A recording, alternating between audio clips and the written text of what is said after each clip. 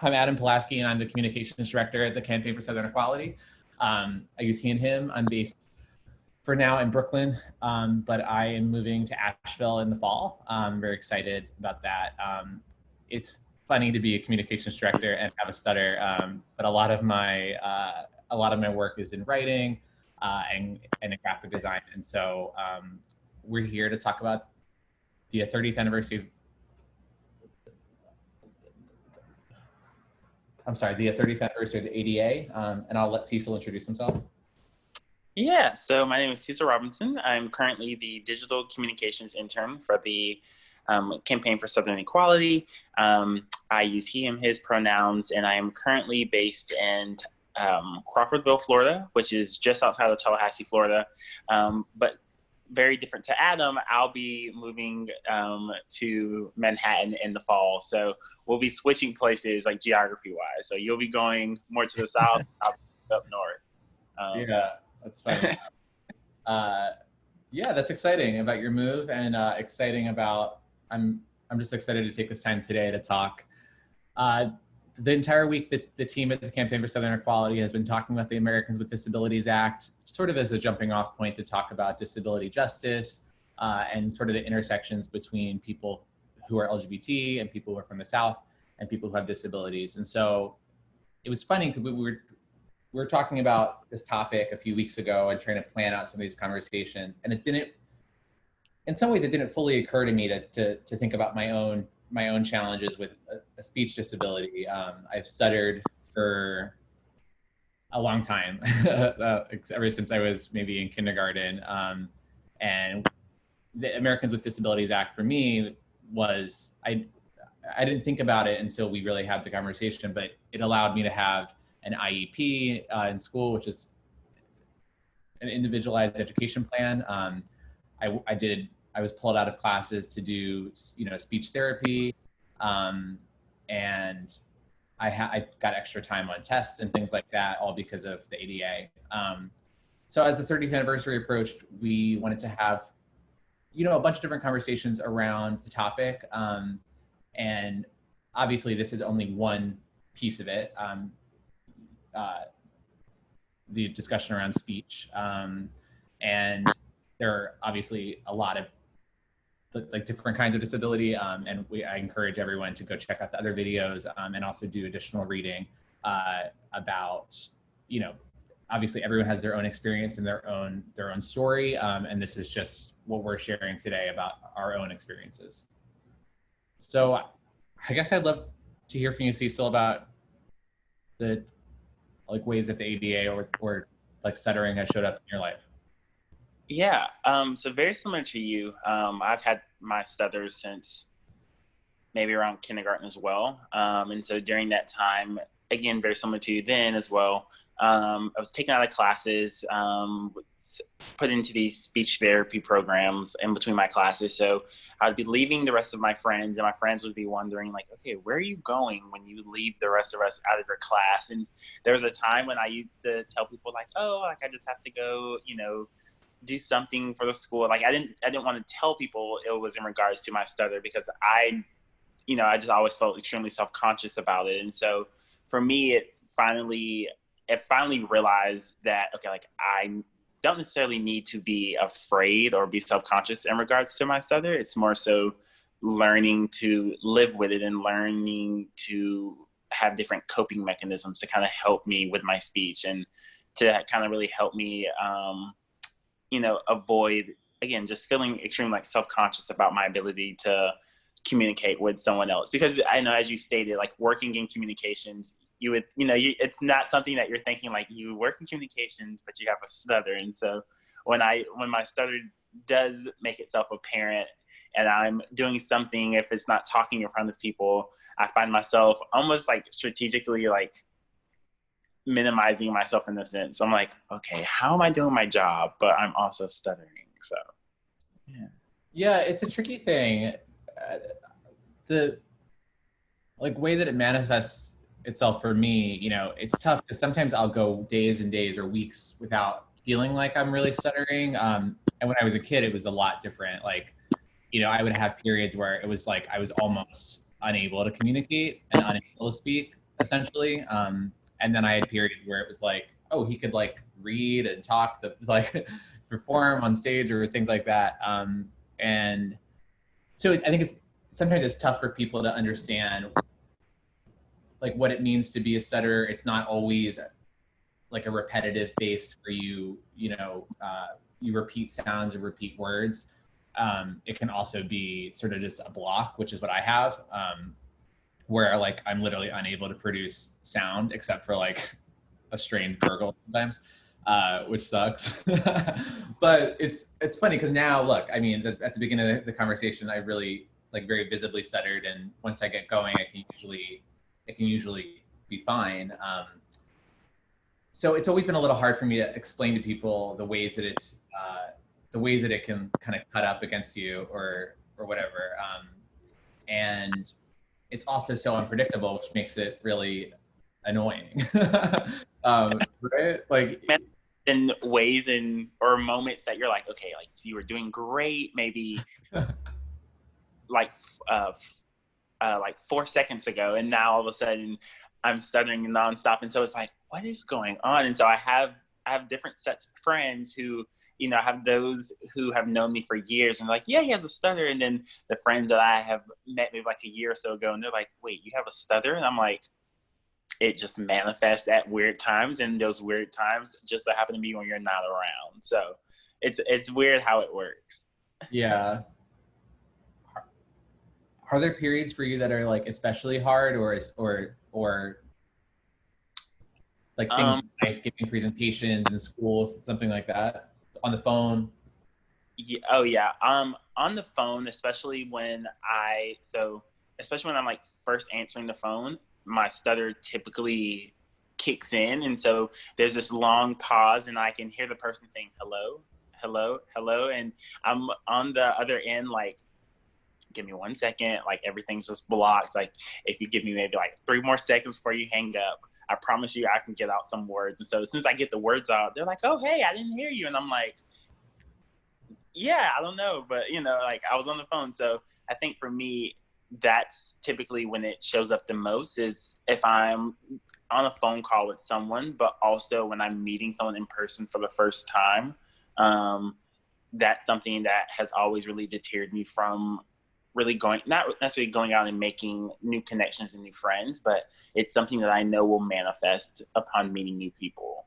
And it's not necessarily like I'm just anxious about meeting them. It just happens to just come out around new people. And it also comes out around even like friends and family who I've known for years. It just comes out at the weirdest times. Like there could be, like I stated previously, a time in which I possibly wasn't stuttering, and then like that same conversation, maybe like a few minutes later, I'll be stuttering nonstop, and then I just kind of get to the point where I'm like, I'm just not gonna say anything anymore.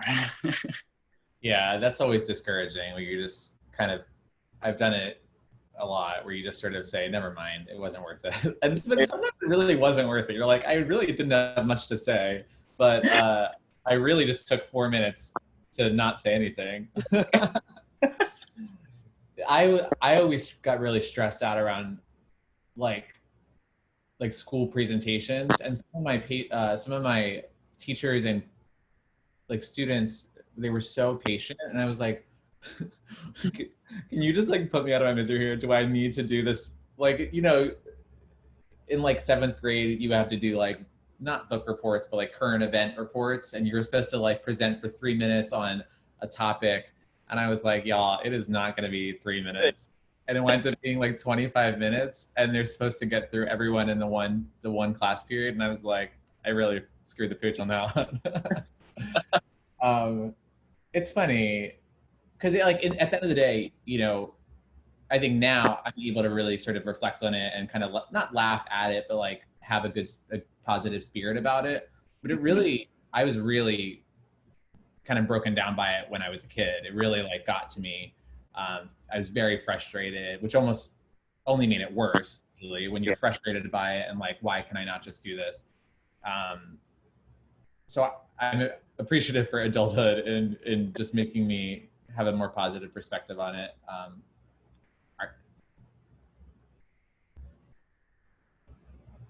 I'm curious about how your relationship with it has changed. Has it evolved? I think it's changed a good bit over the course of the past few years, specifically, especially like going from going from high school to undergrad, and then from undergrad to grad school. So throughout high school, I was extremely self-conscious about it. So I would I would only allow myself to speak if I knew the conversation would not warrant me to have to talk a lot. So if it was something they were like asking a question, I could be like, yes, no. I would try to keep it as short as possible, just because I knew that my stutter would really like hold me back from really having those like monumental conversations with people. And so I was like, not really. And so then going from high school to college and being around new people and just entirely new settings, and having to almost like come out about having a stutter to people, and they're like, wow, I've never met anyone who had a stutter. And so I think over the course of just these past few years, my overall idea of having my stutter has progressed from being really self-conscious about it to, growing a little bit motivated by it, but also still holding on to some of that self-consciousness that I've held as a child, just because I think there are times still where I feel as though like everyone is rushing me to get out what I need to say, but in reality everyone's just like, no, take your time. And I'm thinking to myself like, no, in their mind, like they are just condemning me. They're like shooting me down with daggers with their eyes, like I just need to hurry up and get out whatever I'm trying to say. And so I don't know, I think that just overall things have gotten better with how I see my stutter. Yeah, that's interesting. I always thought of it as something that I would just grow out of eventually. Like, you talked about it as a kid. People just grow out of it. I don't know who those lucky people were. I certainly didn't. It's funny though, because I've gone for years without it being like such a big issue, and then it just sort of sneaks back up again. The past few months, especially ever since the pandemic hit, I feel like mine's been so bad, and it made me think more about like, sometimes it's hard to explain to people that yes, it is like prompted by nerves for me. It's often like, if I have to do the phone, or if I have to give a presentation, or have to give an update, or if I'm put on the spot, or if I have to read something and I can't change the words, but it's not always that, right? Sometimes it's just like the environment, or sometimes you can be perfectly comfortable, perfectly happy, and still tense with speech. And it's been tricky the past few months. I wonder if it's like this kind of global tension or global pressure about the uncertainty of the pandemic. But I think this is the worst I've been in probably 10 years. And it's been frustrating, because you really think like, oh damn, I thought I was in the clear, and you're really not. So, which is fine, right? Like we have to come to terms. And I think it's funny you reference kind of coming out as having a stutter. And I think I see some similarities between becoming comfortable with being gay, and becoming comfortable with this part of me as well. And there's, Disability Pride Month is the whole month of July, and it comes right on the heels of, we just call it Pride Month, but I guess it's like LGBTQ Pride Month. And it's funny that there are some similarities there. I don't, of sort of trying to reclaim something that people tend to marginalize, or they tend to, think of something that's like other or different and make it into a Pride Month celebration. But there are similarities in it that you have to sort of come to terms and realize this is a part of your life, and that it's okay. It's okay to have a disability, to have a stutter. It's tough even to I haven't really identified as someone with a disability, really until we had some of these conversations where it's like, oh, I guess that's true. Mm-hmm. Is that what? No, I I also agree that I, for one, have, I've never thought of it as a disability, not until, we were, we both were presented with like having this conversation. And so I think for me, I've just always seen it as like another like part of me that I was like, okay, like I have a stutter and I don't know anybody else that has a stutter except for maybe like an older cousin. But other than that, like, that's just me and her, like the only other people I've ever known. And I just thought it was something, as you stated previously, is that we grow out of it, and it's just something that you have when you're younger, and over time, it's almost like your journey to adulthood. You're like, okay, you're like unraveling that like piece of you.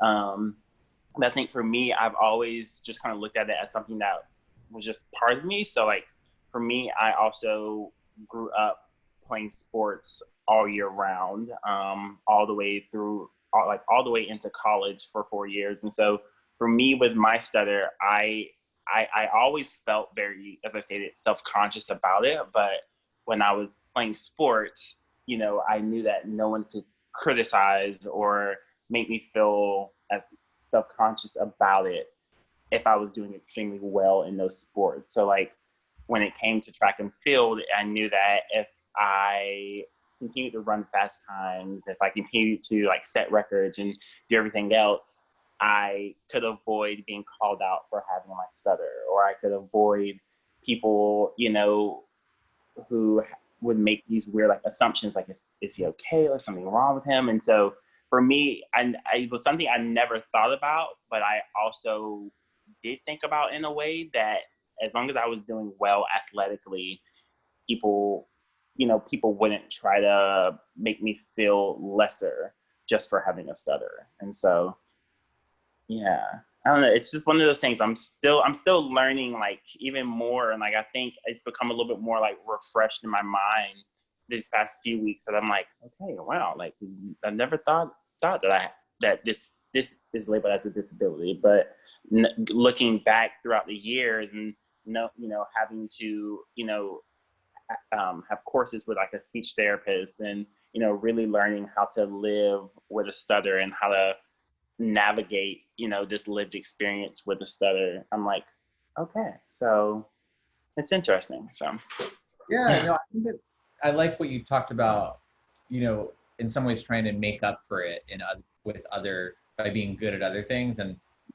I think a lot of queer people do that, right? We we overperform in other things, either to like shield something or whatever. But so I think being I don't know, I didn't really come out until I was like 16 or 17, even to myself. But just knowing that there's something a little different about you, and then knowing this very clearly, there's something different about you. I think you study harder and you become for me, I put that energy into writing and singing, and I was a good singer and I was a good writer, and so I didn't think of, I've been going to a therapist for about a year, and I didn't really think about how that sort of like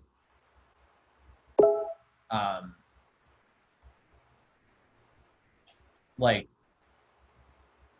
focus on excelling at something. In some ways you could see as a response to the stutter, as a response to being gay, as a response, like you sort of try to overcompensate. And yeah, I just think that's really an interesting, piece of just having any sort of disability. I know it's a different kind of disability than having mobility issues or having hearing issues or whatever. But it definitely like has a role in the way we, I think, respond to it. Yeah, because and again, I loved how you kind of led with that intersection of identifying as queer and having, or living with a stutter.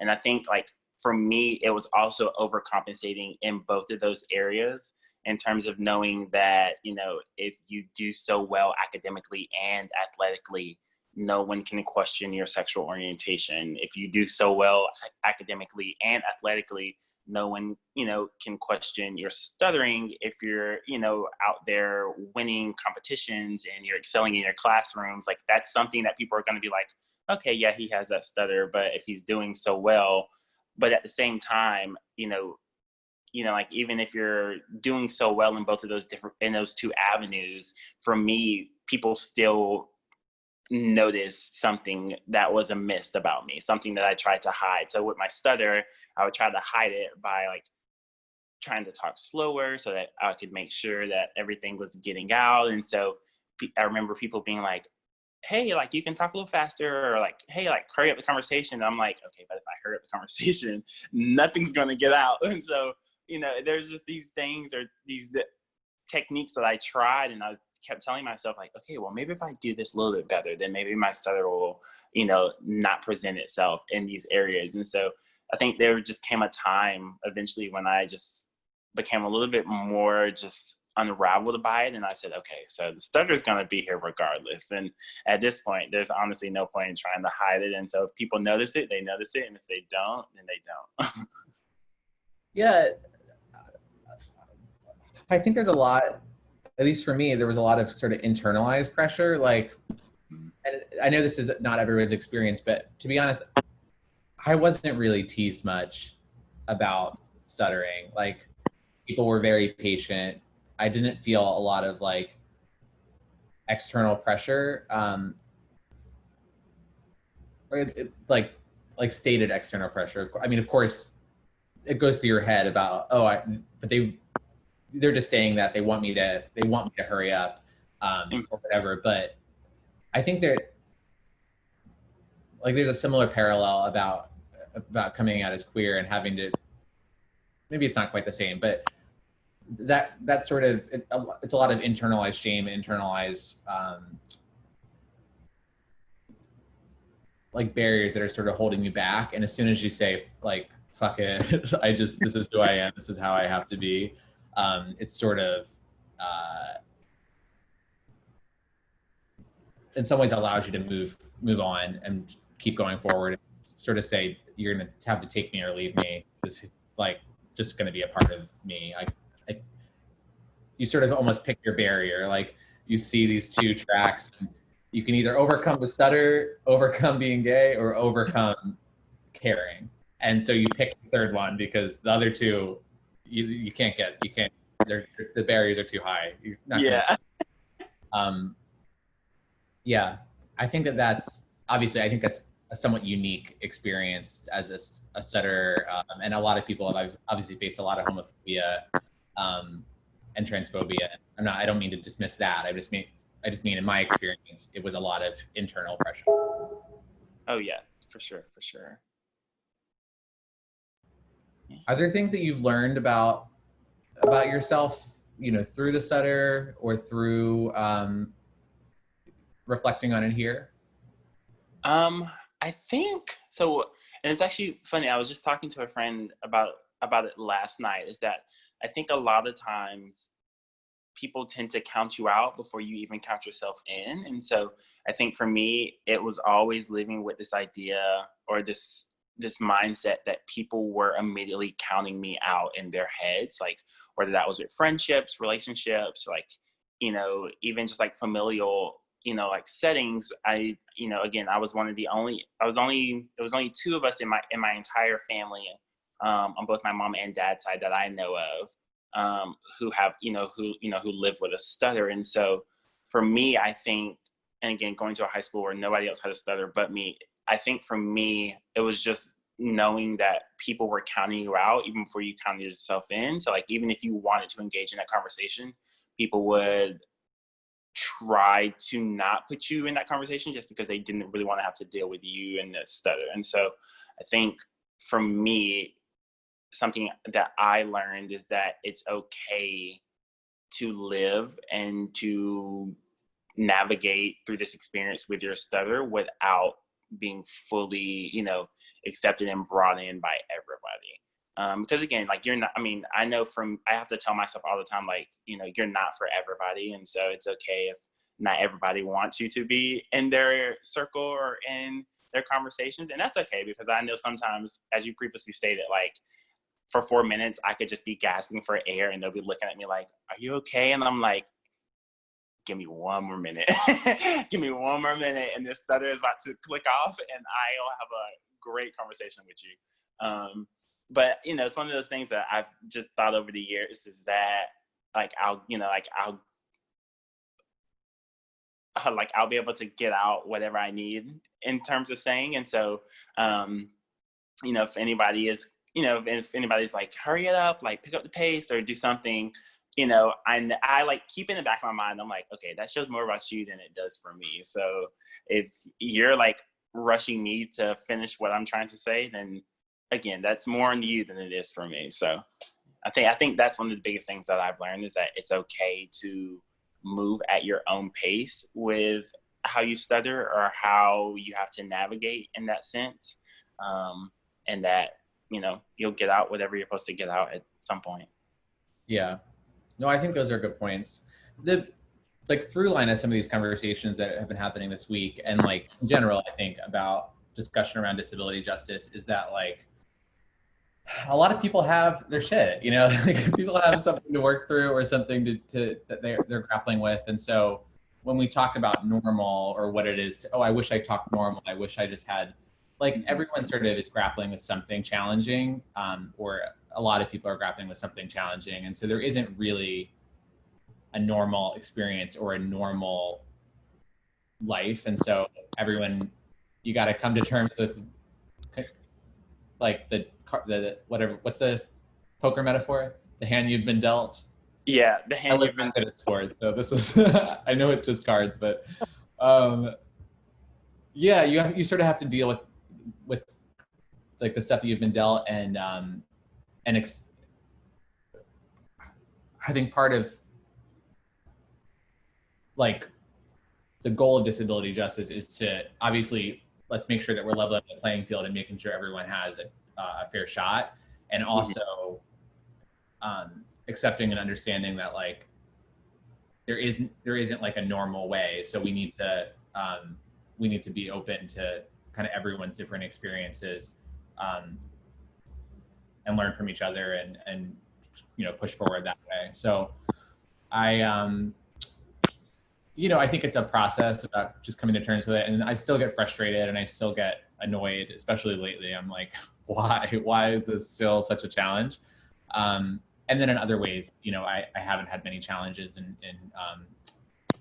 in whatever, whether it's mobility or whether it's, you know, being able to write or however it is. So I think it's sort of a mix of, you know, counting your blessings and also, you know, dealing with the thorns. I'm mixing a lot of metaphors here, but we're counting the roses and dealing with the thorns too. Yeah. So I don't see. It's just one of those things, and I think you put it great with that first metaphor in terms of just really dealing with the hand that you're dealt. Because I know I think there's a lot of times that I'm like, wow, like I really wish my hand was different. Like I really wish it could have been different. Like wow. I think that I would have been at my most powerful if I did not have this stutter. And so I'm telling myself, like, it's okay. Like, your stutter is a part of your identity, and you wouldn't be who you are without it. And the people who are around you wouldn't, you know, like, they wouldn't love you, like, any less if you didn't have it. Like, they love you for who you are. And that's encompasses having that stutter. And so, you know, it's just being also like appreciative of the people around you who are like, you know, who are understanding of the stutter and who are also, you know, ready to, you know, like scream at somebody else who is like rushing you. Cause I have a lot of like a lot of good friends and I have a lot of like great like girlfriends who are like, wait, did somebody mess with you? Did somebody talk about your stutter? I'm like, and I'm telling them, I'm like, yeah, but it's okay. And they're like, nope, I won't stand for it. I won't stand for it at all. And I'm like, okay, well, I'm like, if you want to go get him, he's right there. So, you know, it's just one of those things is that like, honestly appreciating, like the community that you've like also been dealt as well. So. Yeah, I love that. I think that's a good note to end on, unless you have anything more to share. Nope, I think that's Great. I just got a notification. They're like, you can come pick up your cat now. So Cool. Well, I appreciate this conversation, Cecil. I really appreciate you sharing. And um, if if you're watching and would like to check out some other conversations, if you go to southernequality.org, you can take a look. And right now there are, I think, 3 or 4 videos up, and there will be more throughout the entire week. And so happy Disability Pride Month, and thanks for tuning in. And we'll catch up soon. Great. Thanks a lot. Bye. see you later.